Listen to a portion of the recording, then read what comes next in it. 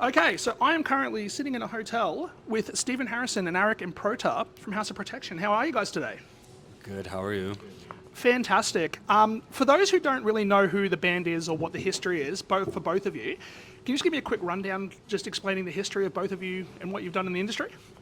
My name is Steven. I play guitar in House of Protection. Prior to this, I was in Fever 333. Prior to that, after that, I was in Cancer Bats for a while. And then I was in The Chariot for a while. I'm Aric. I currently play in House of Protection and Night Versus. I was in Fever with Steve, and then, I don't know, a bunch of stuff in between that, but those are the ones that are most important. Yeah, for sure. The cool thing, I think, with you specifically, Aric, that I loved was the video of you playing Korn. Oh, yeah, you saw that? Man, wow. I told you, I've been a fan for a while. Thanks, I man. know you guys know the history and stuff. So What about me? What about you? Chariot. I'm just Chariot, bro. just kidding. Just kidding. But no, the Korn video of you playing Twist, so good. Thanks, man. That was a very unexpected thing. Ray, who's an incredible drummer, got COVID, and we were on tour at the time, and I had like 2 days to learn the set, and they were super cool. Right when we got in, Jonathan was just like, dude, just play it however you feel most comfortable, and it was like a very fun 3 days. They're awesome to play with. Yeah, something very similar happened recently. I don't know if you heard with Electric Callboy. So what happened was Sum 41 was supposed to play, and Derek got pneumonia, and it was supposed to be their farewell tour of Australia. So they had to cancel, and then Electric Callboy's drummer ended up having to go home, so they were without a drummer, so Frank jumped in and played the shows, literally last minute, same deal, by the sounds of it. But yeah, no, that stuff's always cool to see, and it would have been an interesting experience for sure. Yeah.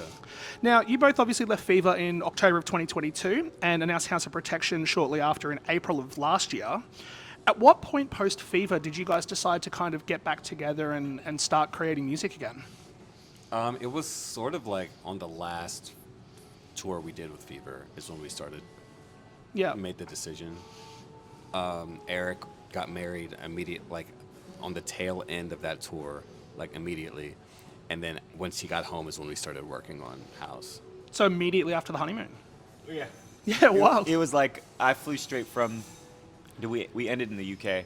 I flew straight from the UK to Portugal and then Italy, and we eloped, and then got home like 4 days later, and Steve, me, and Nick from Night Versus all met up, and we wrote "It's Supposed to Hurt" the first day. Yeah, wow. Okay, so that was the first song. Yeah. Wow, that's cool. Now, you guys obviously did some shows back end of last year at the Echo in LA and did one show in London. What were the vibes like walking out with kind of this new music and this new experience, like ready to go? It was so crazy. Like, it felt completely new. Like, I think especially LA, like no part of it felt like a continuation of something. Like it felt very, very new. The vibes were great. The shows were really fun. But it definitely was like It's just so much new stuff going at the same time, from singing to being a two-piece to playing songs we never played live. But we're very lucky that anybody that came to those shows was so supportive, and they participated like an unbelievable amount. Like we played a new song in London, and I've never been at a show in my life where people were so into material that they didn't know. So I think for us, we were really lucky that we have such a cool group of people coming out to support. But honestly, the last show was our fourth show, and that's the first time I think we felt back to what I think expected, because it's just like sort of like getting back into the groove of things and learning new stuff. And I felt like that second show on the Australian tour was where we started to feel like, okay, this is what we knew we could do. So it's constantly learning.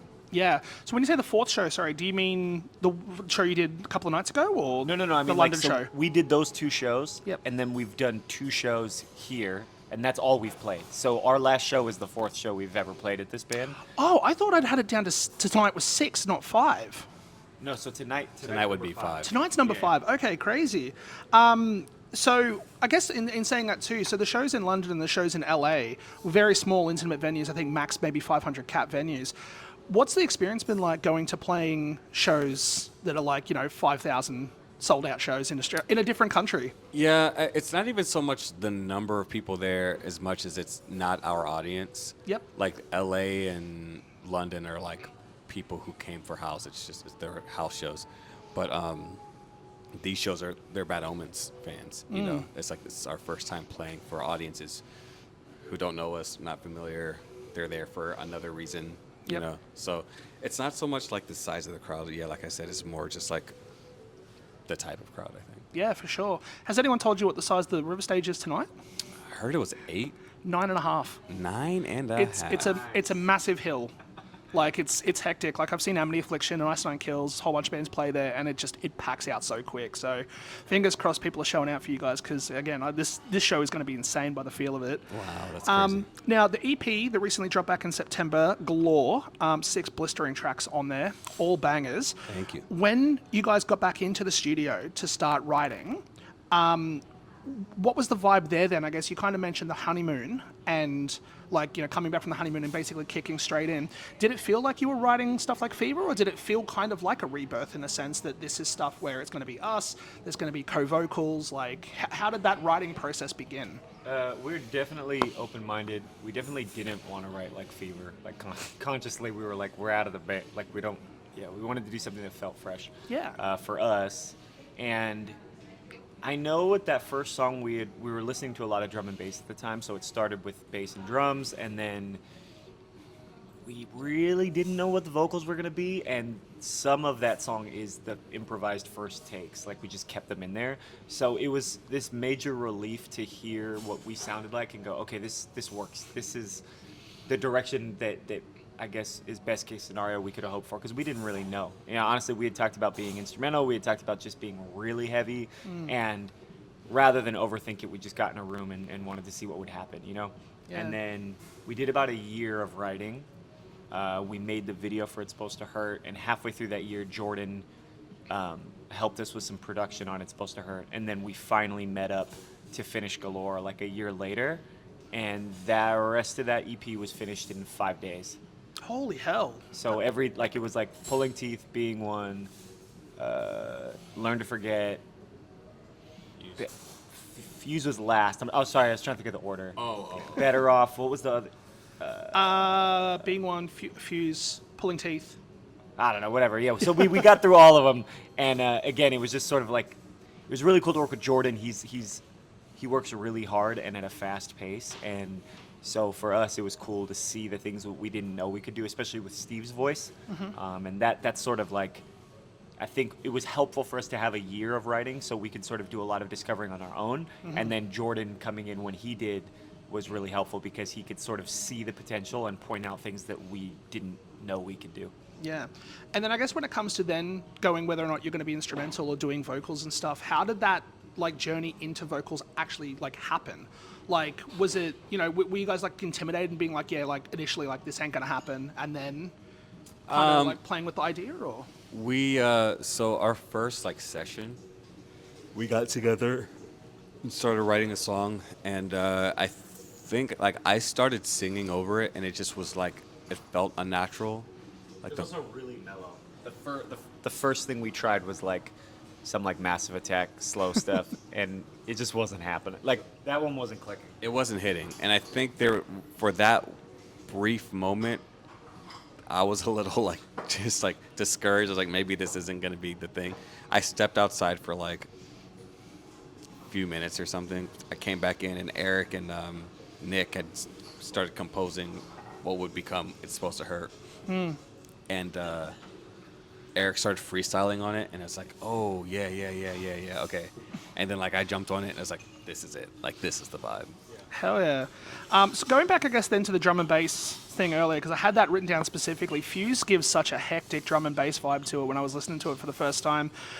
Because that EP is so sonically different when you get to every song, again, was that like an intentional decision? Like just kind of getting in or just getting in and making shit that you want to listen to? Honestly, we were just experimenting. It was so new for us, and because me, Steve, and Nick had written together so long, having Jordan come in sort of really gave us like a new dynamic, because we could focus on things we didn't before.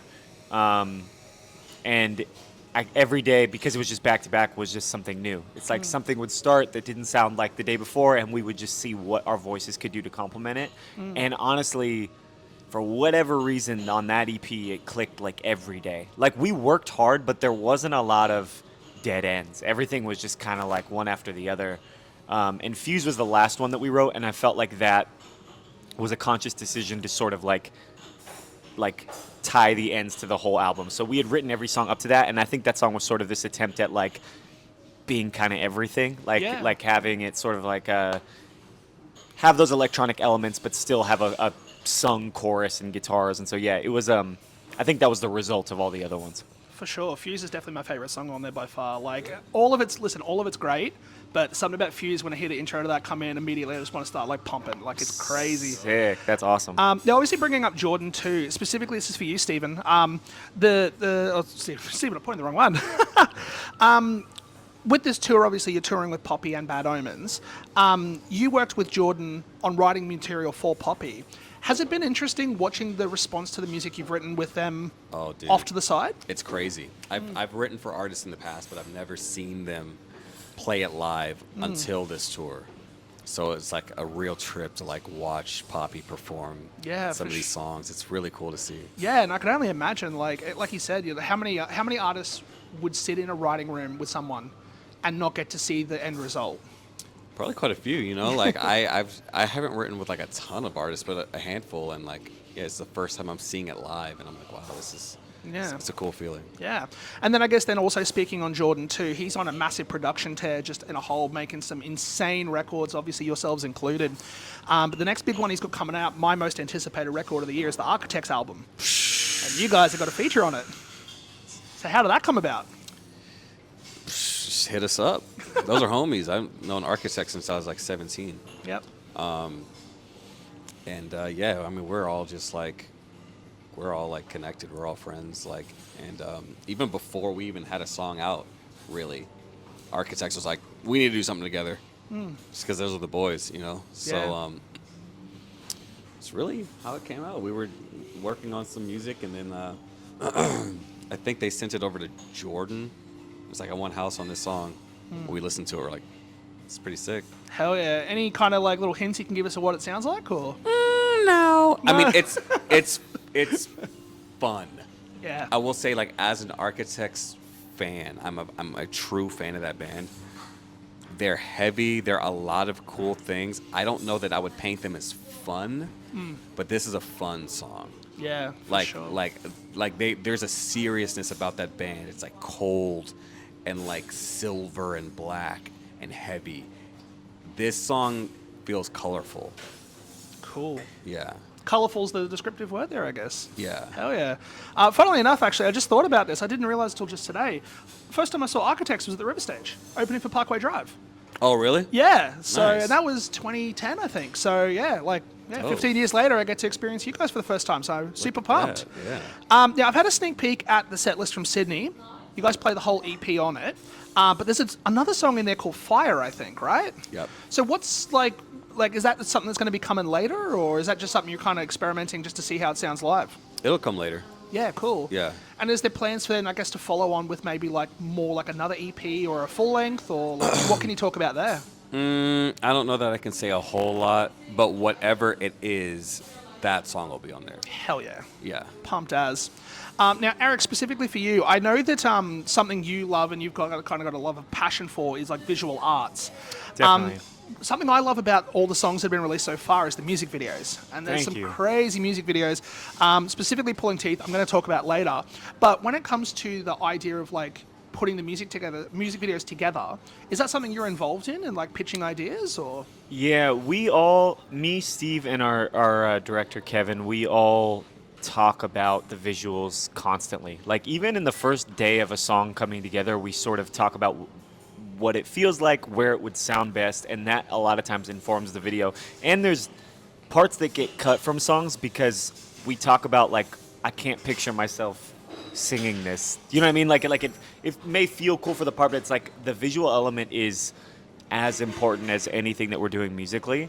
And yeah, usually I have like too many ideas, so I'll just list like 30 or 40 ideas for a song, and then sort of like filter through them with Steve and Kevin and kind of figure out what seems possible and what seems like it would be most cohesive with the other one. So, yeah, honestly, it's probably my favorite part after performing. Yeah, for sure. So I guess then having that be such an early concept in the writing side of things, is that where the idea for the Thunderdome came from? No, that was actually the one idea that was specifically like Steve had this concept from like 11 years before that. And when we signed with Red Bull and they were like, what do you guys want to do? That was the first thing we presented to them. And they said yes.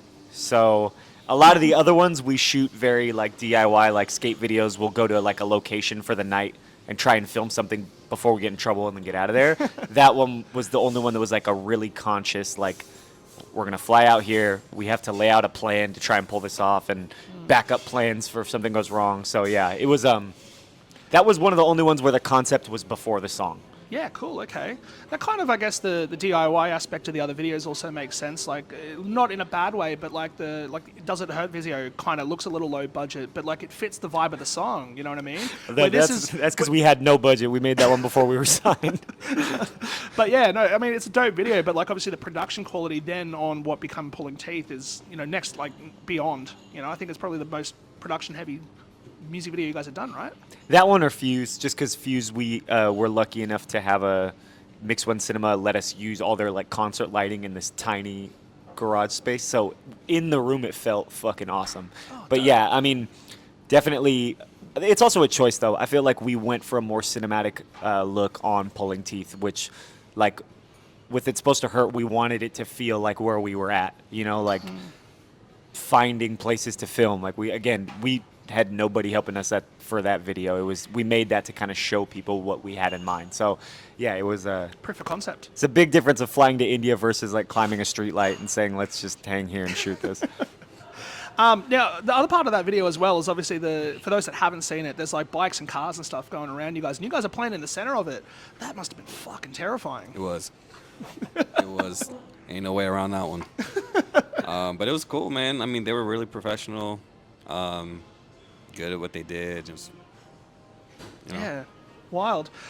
So something I love when I kind of like I find new bands and stuff, and they cross over into like other parts of my life that like I didn't expect. And It's Supposed to Hurt actually got crossed over into WWE for one of the pay-per-views. Yeah. How did that happen? I don't know. That was Red Bull. Red Bull. That was all Red Bull. Yeah. Yeah, because that was all part of the Bad Blood pay-per-view with like CM Punk and Yep. Drew McIntyre and stuff. You guys wrestling fans? I'm not so much anymore. I'm like a, what do you call it? Like I touch in every now and then. Casual. Spectator, yeah, casual, yeah. yeah. Was it weird hearing your music on the backdrop of a pay-per-view? It was fucking awesome. Yeah. It's like, because I grew up in wrestling. I'm like an Attitude Era kid. Yeah, same. So like it was like massive for me. Yeah, for sure. It meant a lot. One last question for you, quick, Aric. I'm sure you get a lot of questions about it, but I need to know about the Kitflip. The backflip between the drum sets? Bro. What? Okay, walk us through what goes through your mind to think that's a good idea. Sick madman. Okay, so that was actually funny you brought that up. The first video I did with the guy, Kevin, that's directed all of House's videos. I think it was 2010 or something. I don't know, man. I didn't have any money. I was in college, and GoPro at the time was paying, it was like $5,000 if they bought your video. So that was the idea that came up, and it was one of the first things in my life where, like, when I went to do it the first time, I was like, there's no fucking way this is going to happen. Like, it just seemed too hard because you have to, it's weird. You have to flip up high enough to clear the kit, but you can't go too far back or you'll, like, land on the throne. So you have to, it's like a weird shape you kind of have to do with your body. This sounds so stupid. This is so, like, I don't know, like, modern sounding, but I think I posted a photo of, like, trying to do it, and the amount of people that were like, oh shit, you have to figure this out. I was like, okay, fuck it, yeah, let's figure it out. So yeah, it was pretty scary. I don't know, but I was just stoked to pull it off. I was really hoping I didn't get hurt too, because I had like a month-long tour the next day. But So it was less the mind of a sick man and more the mind of a broke college student. yeah, I mean, look, I love trying to do things I've never seen, and I get really quietly annoyed at how many people tell me all the time, oh, everything's been done, like you can't do anything new. Because my biggest motivation is trying to do something that feels creatively inspired and fresh, and that was something where I was like, well, I have not been able to find this, so whether I break my leg or not, I want to at least attempt it. So that's like, I don't know, of all the things I've done in my life, if I could say one really hasn't been done, it's that one. Yeah, for sure. I mean, I've never seen anything like it before. That's why I'm like, I've got him here. I have to ask. Like, I can't not. I guess appreciate then, too, then does that come with the whole thing of like you running like the drum circles in like Brazil and all of that stuff, or? No, that's this team called the Rockin' 1000. They do these amazing productions where they'll have 1,000 musicians play some of like the biggest rock songs in history. And they invited me once out to do like, they just wanted me, I think, to be like an influencer or something. And I was like, oh, look, as flattered as I am, I don't want to fly out and just hold my phone up. But if we want to make something, we can. So they were like, yeah, let's test it out. So we did a call and response in Paris, and that went really well. So then they invited me to do a drum circle in Brazil. So, yeah, again, that was a thing where, as flattered as I was, like, I don't want to ever fly someplace and just, I don't know, the term influencer is just kind of gross to me. I was like, if we're going to do it, you know, let's make some art. So I was really lucky that they were so open to it, and all the drummers were so good at what they do. Yeah, it's definitely cool. Now 2025 is gearing up to be a massive year for House of Protection. Later in the year, you guys are hitting the European Music Festival circuit in June, doing Rock and Ring, Rock and Park, Jarrah on Air. What's the anticipation levels like to get out and do those festivals and get back to Europe? Really excited, man. Like, so excited. Whoa, me too. That's in our previous band, we played a show there that, like, it was just hands down the best show we've ever played in our life. So going back is, like, it's intimidating. Yeah. Trying to leave a real big footprint in that one. Rock and Ring is the #1 festival for me to get to at some point in my life. Like, that has been since, I think, 2000. I saw a video of Linkin Park playing there from like the mid-2000s and was like, whoa, I've never seen anything like that before. I need to go. Yeah. Was that, I think I've seen a video of you guys playing Rock and Ring. Is that the show where there was like Jason was setting up like a skateboard, like jump ramp or something? Was that not Fest? That was not Fest. Okay, cool. Yeah, That must be what I saw. Yeah, dope. Well, House of Protection are on their debut tour of Australia right now. Later tonight, they're playing the Riverstage in Brisbane before heading to the final 2 shows of the tour in Sydney on January 28th and 29th. Tickets only remain for the 29th. These are shows not to be missed. I'm super pumped to see you guys tonight. Thanks, man. Have a killer show and enjoy the rest of the tour. You gonna mosh? Oh, hell no. I got a busted knee, What bro. the hell? I got a busted knee, bro. So do I. I was at Umi at 6 and holding absence last night at the Tivoli, just literally around the corner. Oh, dope. So yeah, I did that, and I'm 37 years old and too broken to go do shit like that anymore. Okay. I need to get out. I think I need to get, All right. I need to get my knee fixed before I can jump back in. Yeah. Actually, I'd come out of pit retirement a year or two ago because Trivium played, There and you they go. played what was it called? Kiritse Gomen I'm not from like familiar. Shogun. Oh, yeah. No, was it that? I can't remember. Well, they played like a Shogun era track, and that's my favorite record of theirs. And I was like, oh, fuck, all right, let's go. You get it. Yeah. Worth But, it. yeah, cool, awesome. Well, thanks so much, guys. Yeah. Thank you.